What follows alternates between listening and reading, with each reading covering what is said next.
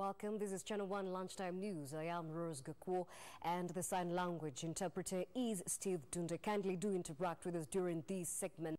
We'll be certain to sample your feedback during the bulletin. You can get us on our online platforms on Twitter. It's at KBC Channel 1. Tweet me directly at Rose_Gakwo. Well, you can also send us a short message right on our SMS line 22162. Right on your screens, 22162. You are viewing us from, and it's now time to bring you up to speed on the latest happenings within the country as well as beyond our borders. Channel 1 Lunchtime News begins now. And Director of Public Prosecutions Nordin Haji has directed the Inspector General of Police Joseph Boynet to launch investigations into the Solai Dam tragedy amid mounting questions over the incident. The investigations, which are expected to be concluded within a fortnight, seek to establish acts and omissions that could have led to the disaster that resulted in death of at least 44 people.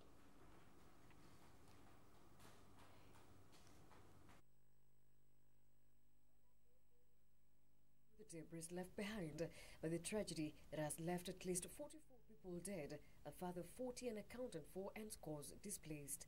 And as the country and affected families comes to terms with the severity of the Wednesday night tragedy, Director of Public Prosecutions Nordin Haji has ordered a probe into the incident with a view of bringing those culpable to book. A report of the findings to be conducted by the police service is expected to be availed in 2 weeks. And as families affected by the tragedy contemplate their fate in Murang'a County, those who survived a landslide in Kahatia village are now calling on well-wishers to come to their aid after they lost loved ones and their homes also swept away. Society members, our fellow Kenyans, serikali kuu na serikali ya county, yeyote mwenye tu ataguzwa na hii maneno atusaidie, naweza furahi sana na nishukuru. Disasters can hit anyone and at any time, and therefore when this happens to our family, to our friends, we must be there for each other. This even as Kenyans were urged to be extra vigilant during the rainy season to avert unprecedented accidents occasioned by floods and heavy rains in the country. Yandara South Deputy County Commissioner Peter Karanja says it's important for those in flood-prone regions residents to be on the lookout and report to authorities in case they suspect signs of danger in their localities. And a day after the catastrophic mining expedition that killed 6 people at Makalda mines in Migori County Assembly has placed a ban on artisanal mining in the entire Migori County. Rose Gakwo for Channel 1 Lunchtime News. And of course, we're keeping tabs on that developing story in Solai, Nakuru County. Our reporter Eric Begon is pursuing that. Kindly do keep tabs on our social media platforms. We update you by the and of course later in our bulletins for the comprehensive story. Let's proceed. Health Cabinet Secretary Cicely Kariuki has moved to assure members of the public that the country is safe following an outbreak of Ebola in the Democratic Republic of Congo. Kariuki, who was accompanied by her tourism counterpart Najib Balala, said the government has put in place precautionary measures to respond promptly and effectively deal with any eventuality. The measures include enhanced screening of persons entering the country at all points of entry, with special emphasis at the Jomo Kenyatta International Airport, Busia and Malaba border points. 100 medical specialists have been deployed at the JKIA, with another stationed at the Kenyatta National Hospital, with isolation points established at the 2 facilities.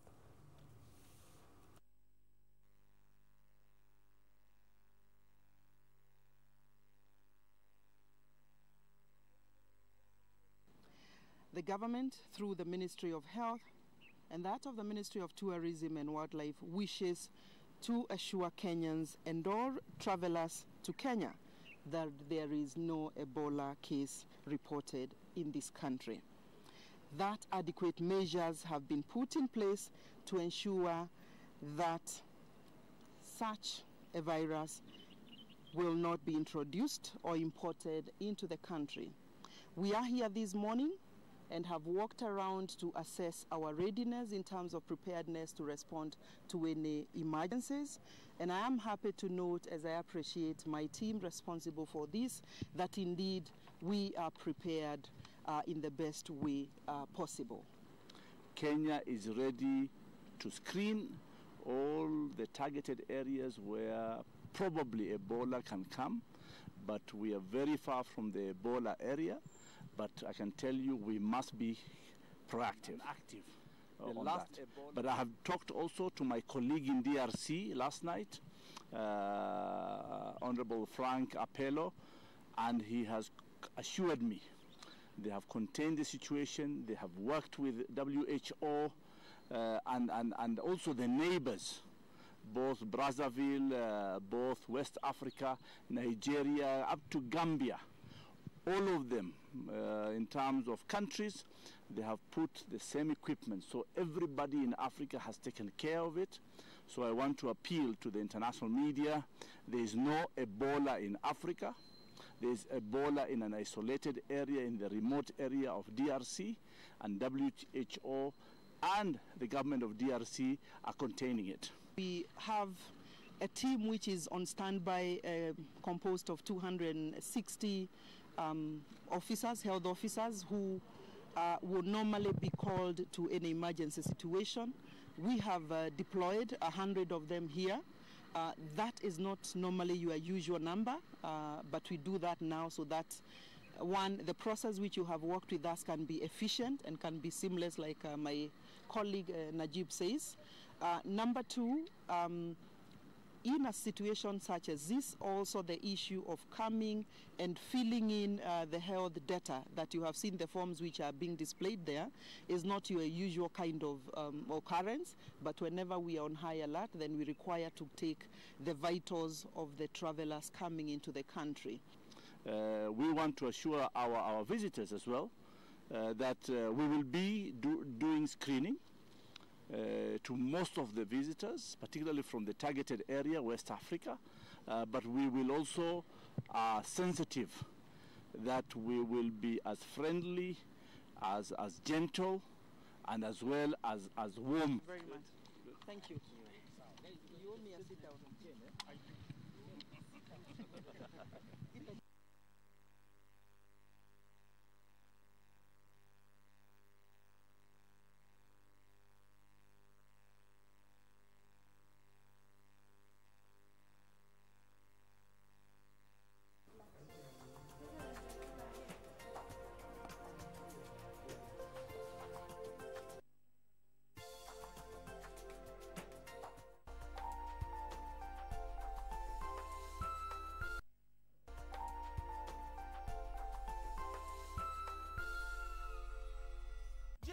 Waweza fanya nini kwa dakika 4?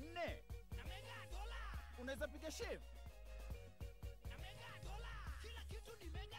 Waweza pika ugali? Na mega dola. Pesa hapa ni mega. Na mega. Labda waweza fua nguo? Na mega dola. Ama unaweza tengeneza milioni 30.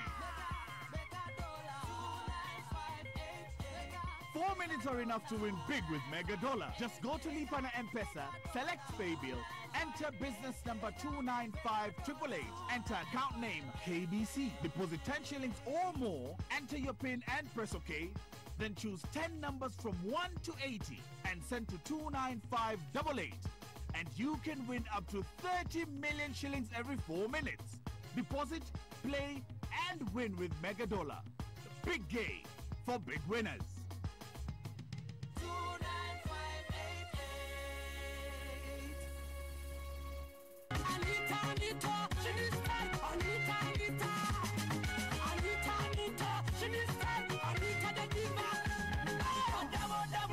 Pango mzima Wanjoma Dongo Mirwa Koreko Bunda, ile show kubwa East Africa. Top Mashariki, just ring the alarm. I miss a ring it like so. Top Mashariki. Uzuri wangu bei gani? Haupati kiutani. Uzuri wangu nyumbani. Ananipa burudani. The government is spending quite huge amounts of money, taking loans in such a manner that your grandson will owe the government 80,000 shillings to pay. What are we doing with these roads? Are we building roads to the grave? That Kenyans, led by its ever-committed government, have stepped up each and every year to ensure that disasters in Kenya are well prepared for. Kenya is reactive and not proactive. The introduction of alcohol has made alcohol be out of the recipe of good decision making when it comes to our roads. Thanks to the alcohol, which has been warding off the negligence disease. Come here, boy. Come. Meet your nieces and nephew, eh? Hi there. Hi there.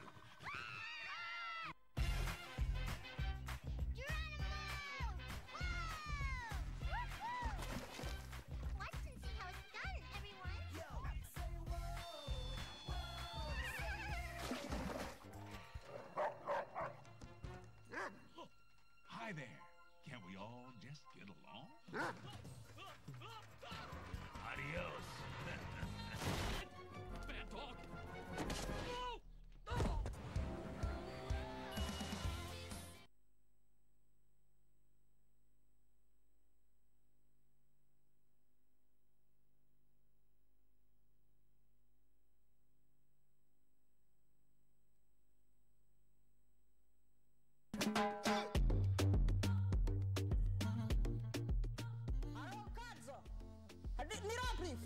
Nilikuwa nataka waambie DJ nicheze hiyo wimbo kusimama na magoti, halafu unawekelea kidogo.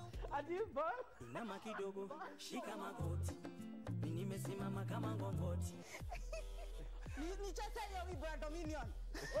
Kwenda kabisa. Unajua hajasema kama kwani ni very bad. Akasema prezo akanitupia mkono. Unitupia mkono na mimi pia nikamrushia. Niliona nimeweka shop moja ya mkono hapo. Nimesikia mimi ndo nilimeza susu.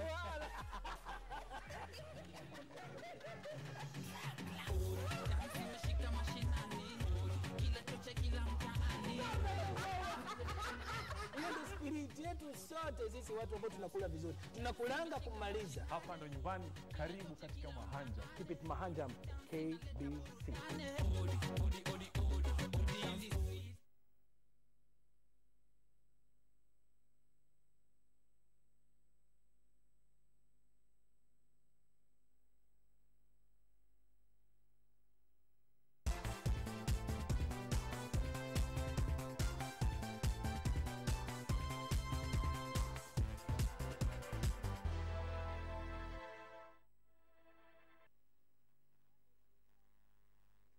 Welcome back. We thank you so much for your company this far. It's now emerging that Isiolo County government salaries is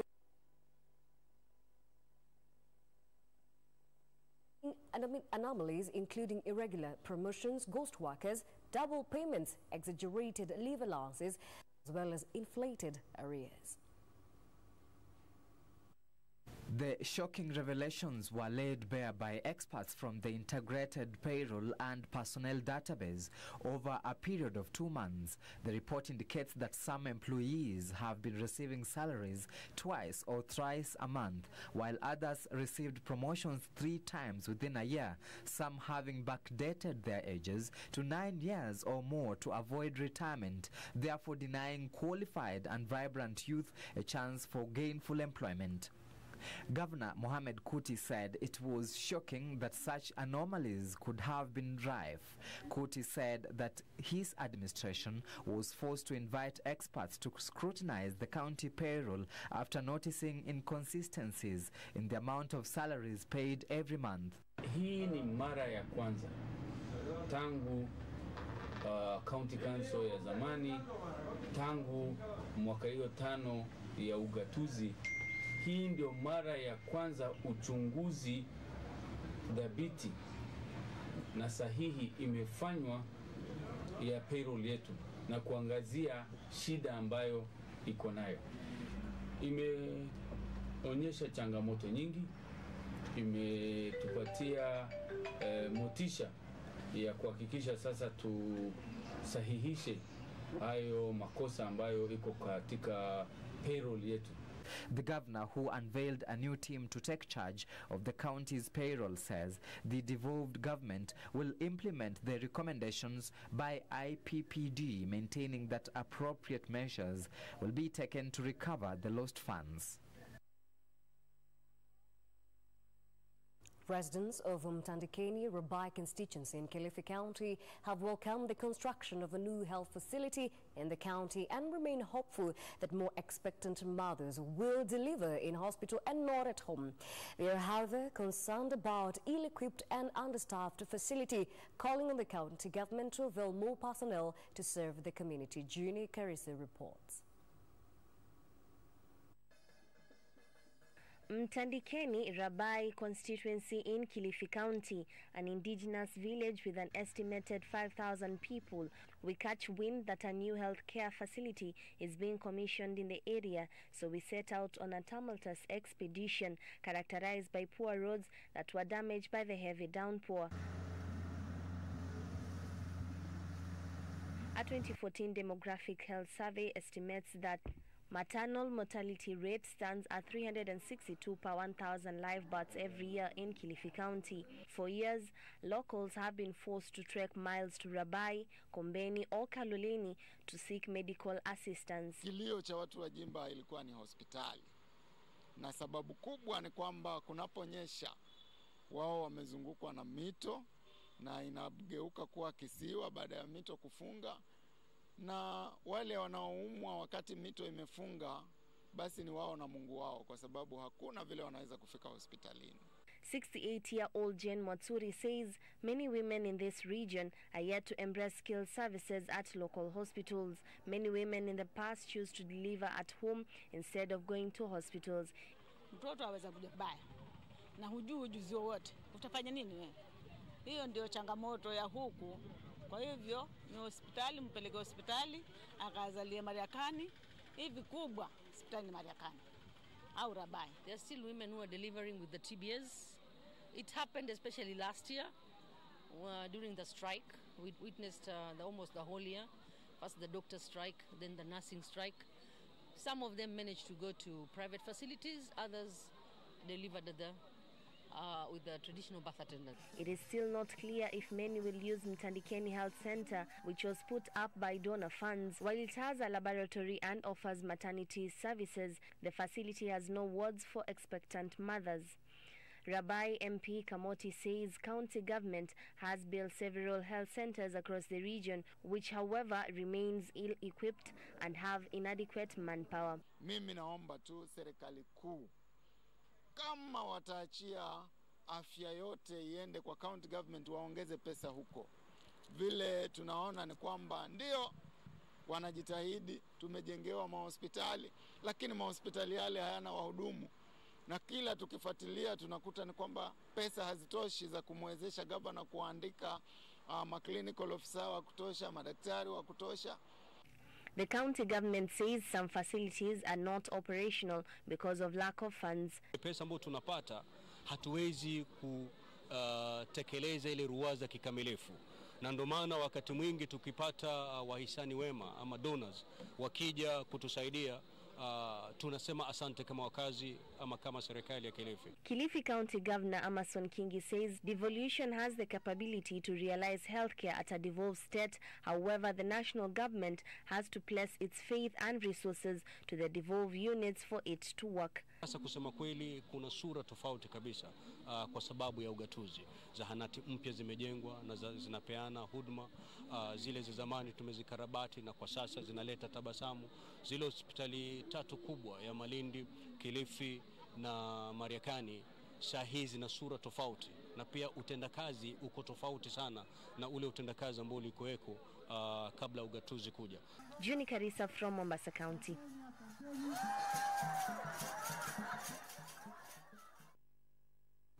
The Kenyan National Commission on Human Rights and members of the Enderroyers community has raised concern over the slow implementation of a ruling by the African Commission on Human and People's Rights in 2010.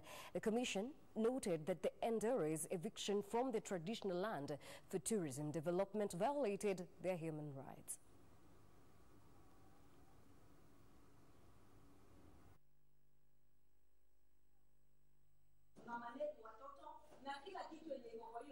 A ruling by the African Commission on Human and People's Rights condemning the expulsion of the Enderroyers people from their land in Kenya was seen as a major victory for members of the community. But 8 years down the line, the Kenya government is yet to implement the recommendation of the Commission. The Kenya National Commission on Human Rights and members of the Endorois community are now expressing displeasure with the government's inaction. While acknowledging that the government has already implemented some of the rulings, Christine Kandie, the chairperson of the Endorois Women Council, said the court ruled that the government should recognize rights of ownership of the Endorois ancestral land and ensure unrestricted access to Lake Bogoria, among others. That the government of Kenya comply with the ruling made in African Commission way back in 2010. The decision that was reached at is one, be given, as a community, we be given free access to the lake. And that one, I want to attest to today that the government has somehow complied with this decision. Kenya National Commission on Human Rights Commissioner Shatika Chivusa observed that the government should fast-track the implementation of the 2010 ruling to benefit the community and especially the Endorois women. Kuna rasilimali katika jamii. Inafaa ifaidishe watu wote kwa community. Wawe wazee, wawe vijana, ama wawe wamama. Na jinsi nilivyosema, unajua mumama anajali jamii sana. Ukipatia mama kama shilingi 10, utapata ametumia hata shilingi 8 kwa jamii. Kwa watoto, kwa nyumba, kwa ile mambo inaendeleza society. The genesis of the Endorois dates back between the years of 1973 and 1986, when the Kenya government forcefully evicted local pastoralist community out of Lake Bogoria in order to establish a protected conservation area. For Channel 1 Lunchtime News, I'm Emily K. Bade. A row is brewing between two splinter groups operating in Watamu as boat operators.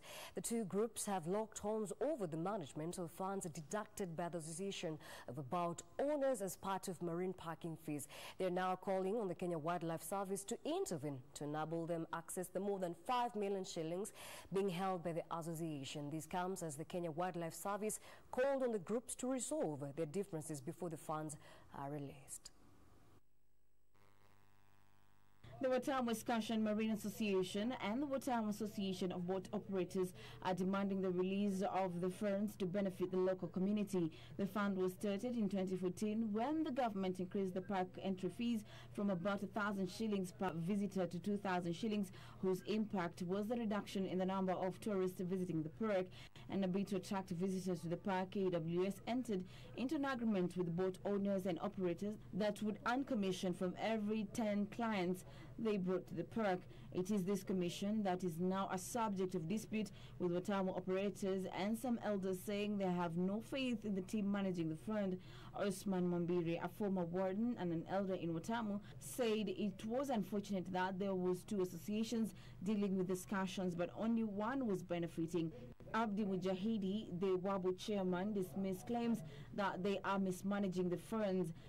Kwa hivyo sisi ndio tunaomba kupitia KWS pamoja na community kwamba tushirikiane ili swala lifaidishe community nzima, ili kila mmoja awe anafaidika na mfuko huu. Pia kuwe na uwazi, na sisi kuteta na wao ni kwa sababu mfuko umefungwa, kwa sababu wao wenzetu hawako na uwazi. Hawana uwazi wana chochote kwa sababu wanakusanya pesa zile na kufaidisha matumbo yao na binafsi zao. Mimi naomba kwamba KWS irudishe mfuko na ifanye transparency, ichague kamati ya community pamoja na watu wa maboti iangalie mfuko huu ili iendelee vizuri. He argued that they were bona fide officials mandated to manage the fund, saying those objecting were trying to create a necessary conflict. Earlier on, KWS warden said he was ready to release the funds if the two splinter associations resolve their differences.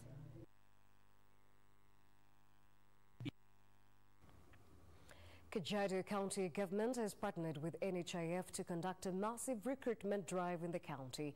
The initiative is geared towards registering residents to enable them access medical services. Statistics indicate more than 60% of residents in Kajiado are not registered under NHIF.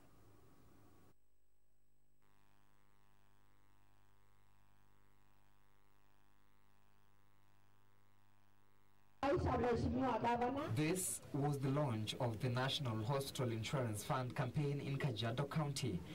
the process. Thank you very much, Your Excellency. Thank you. Yes. Thank you. Residents came out in their numbers to be registered at Mtatotwek Hospital in Kajiado. Speaking at the launch of Mbuzi Moja Kadi Moja campaign, Kajiado Governor Joseph Olelenku urged residents to take advantage of the opportunity and get registered. I want to urge all Kenyans to register with NHIF.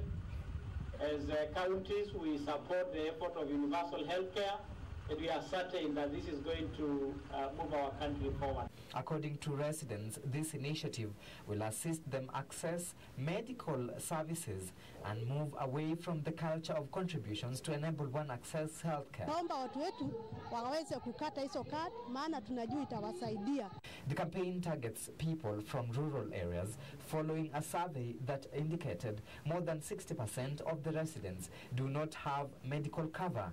According to NHIF, mobile registration centers will be set up across the country to target registration of 500,000 new members. According to records, only 167,134 principal contributors are currently registered in a county with a population of more than 1 million people.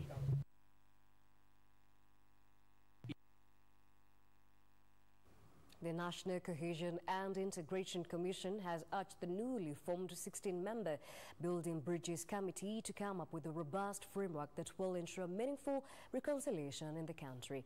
NCIC is calling for an initiative that would address other structural issues that continue to divide Kenyans, particularly on political lines.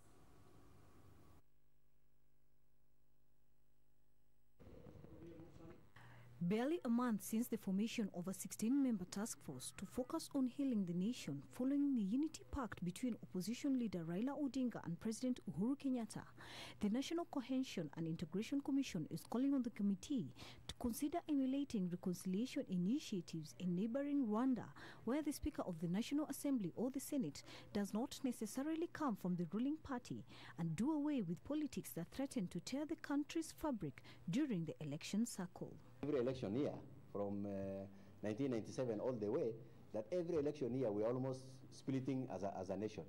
That we split because the winner takes it all. So if we can come up with a constitution that ensures that whether you won or not, that you are still a good Kenyan as anyone else, and you still have a stake in the governance of the state.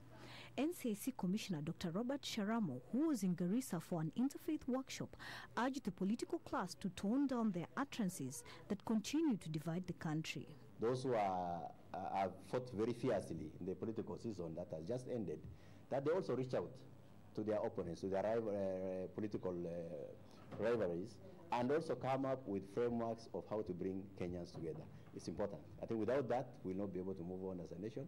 Dr. Sharamo added that as a commission, they want to strengthen interfaith institutions and have a regular recap that renews their commitments to re-energize them to work with the government officials in building unity. Is renewing that call for interreligious collaboration. We want to strengthen these interfaith institutions. Sometimes having regular recap is very, very important. That also renews their own commitment and also re-energize them to continue to work with the government officials here. For Channel 1 Lunchtime News, I'm Emily K. Badi.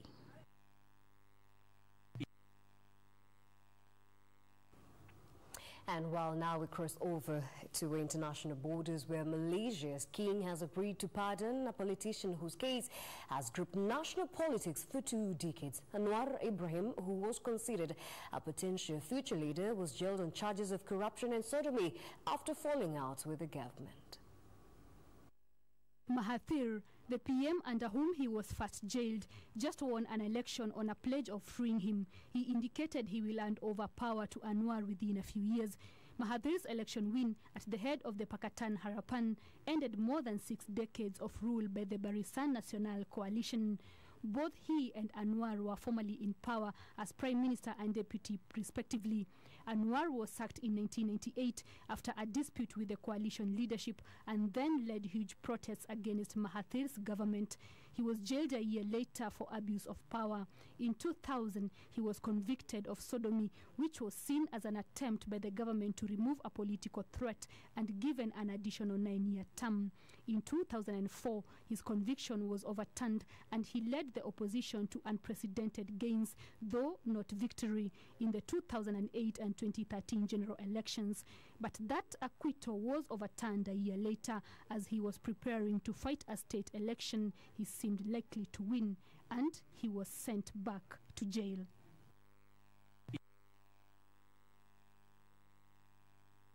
And here is the day sports. Manchester United secured Premier League's runners-up spot after a goalless draw with West Ham at London Stadium in a Premier League encounter last night.